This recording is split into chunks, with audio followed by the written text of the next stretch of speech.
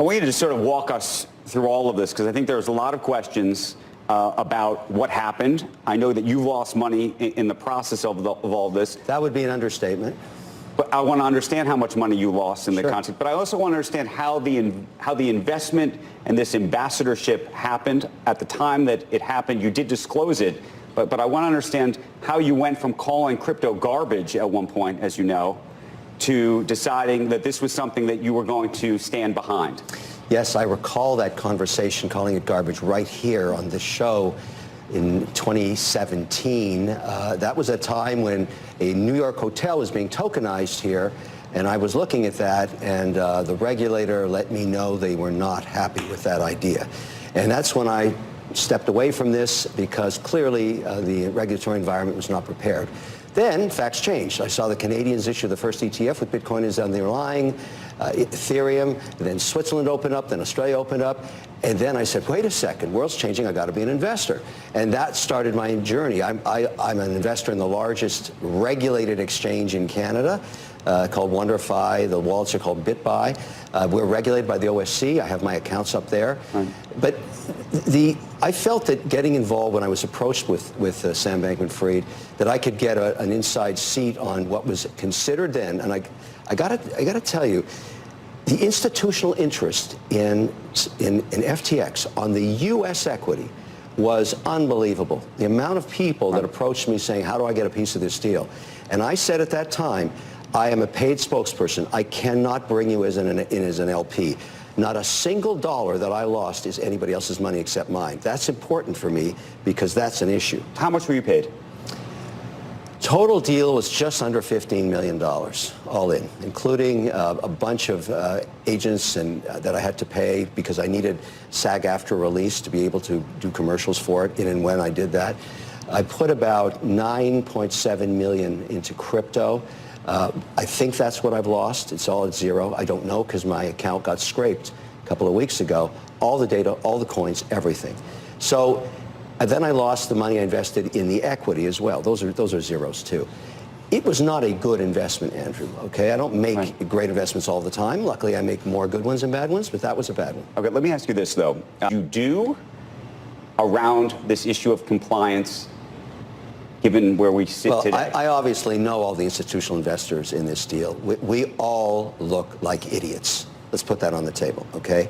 We relied on each other's due diligence, but we also relied on another investment theme that I felt drove a lot of interest in FTX. Sam Bankman-Fried is an American.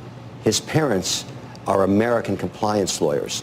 There were no other American large exchanges to invest in if you wanted to invest in crypto as an infrastructure play.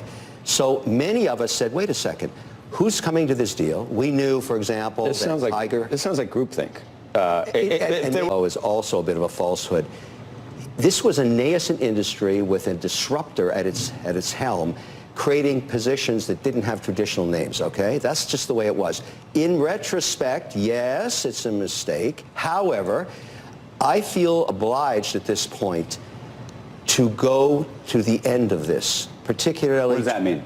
It means that I need to find where the money went. I'm going to start with my own journey, with my own account. Bankman-Fried reached out to me last Saturday, and I said, look, Sam, I am just one investor, but my account has a zero in it, and there are no accounting records. Where did the money go?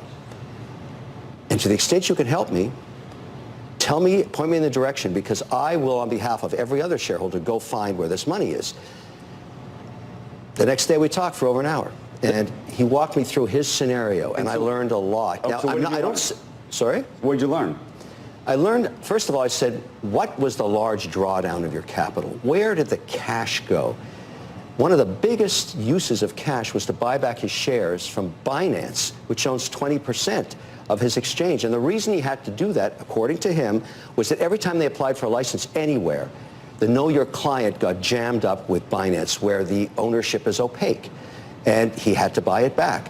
That cost him a lot, a couple of $1 billion. But do you think that he was taking customer funds to do that? Yeah. Did he take that money from customers to get it? Well, the only way to answer that question, and I told him, and he agreed. I said, look, Sam, You start this journey with me, and wherever the chips fall, that's on you. Because, you know, we're talking about this. I'm going to pursue it. I agreed last night when Pat Toomey called me to sit on that committee next week. I will be a witness there. You plan to testify? I've agreed to testify. He called me last night around 8 o'clock. I agreed to testify. I've spent a lot of my time on the Hill. Maybe I wasn't listening close enough. So at that time, Alameda was just another account in FTX, okay? By the way, not just another account. At some point, it might have represented close to 50% of the business that was even on FTX. And there is where I call you out and say, how do you know that if you have no records? And my whole point about this is all of these allegations, all these claims, all of this Sam Bankman-Fried took money out, took it in, whatever. Nobody knows because there's no data. That data, as I learned, according to Sam, is sitting on a server backed up on AWS. Right now, all roads lead to John Ray, it seems. Sam says he can flip the switch. I need that data. I can't go get the money unless I have the data where it went. Here's what I don't understand. I mean, you're right. Everybody who we thought were savvy investors can look at this and say, we should have seen the signs. We should have known. I listened to the interview that Andrew did with him at DealBook, and I thought, that guy's a crook and a liar. You listened to it and said you'd invest money with him again if it turns out there's nothing criminally wrong here. What did you hear that I didn't hear? The context of that is I have been known for decades to invest in entrepreneurs that have had catastrophic outcomes, bad ones, because they learn a lot from their mistakes. It may not fit for Sam Bankman-Fried because we don't know the outcome of what's going to occur. Yeah, but all I can say is everything he said, oh, I just didn't realize. You didn't realize there was an $8 billion hole. You didn't realize that there was like clients' funds that were being swapped over there. It's not his fault. Like that to me is like, man, that guy is bad news. That's not just you had bad luck. He was lying and manipulating. You don't know because you have no data. All I'm saying is let's do the forensic audit. Let's do the forensic audit. Let's find out what happened. I owe everybody that follows me, as you said, Andrew, I owe them that information. I feel compelled to go get it. I am going to go get it. I'm lucky. I have resources to do it. Let me ask you this.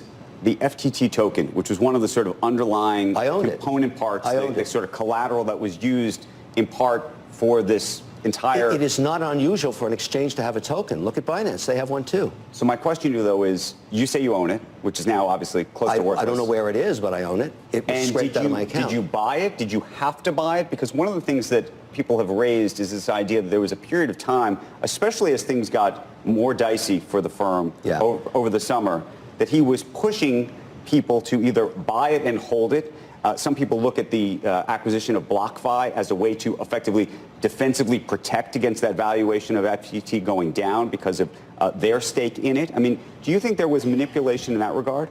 I don't think so. I asked, because I have a rule in our shop that I don't want more than 5% in any one position. So I said, I'm going to buy a series of tokens and positions, and I owned 32 of them, about that, 32, I can't remember exactly, but we had a lot of diversity. Some of them were FTT, some were locked up. There was Serum, Solana, Bitcoin, Ethereum, et cetera, and USDC. I just want to make a point, though. You know, this doesn't change the potential for what crypto can be at all. This is no different than Enron or maybe Lehman or Bear Stearns or whatever you want. You don't know the outcome yet. You have to pursue it. You have to do the forensic audit. Enron goes to zero, and I think Toomey said this himself. It didn't change energy trading. Who cares? If Sam Bankman-Fried did anything wrong, we're going to find out through the forensic audit. What do you think? You know, I don't know. And I'm going to follow the path and be part of the process. I also should disclose to you that I applied for the credit committee just before midnight last night. There will only be 7 members on it. There's thousands of people that want to be on that credit committee, but I think I have a unique view from the inside out, and I think I can be helpful there as a fiduciary. I am going to drive the process if I can.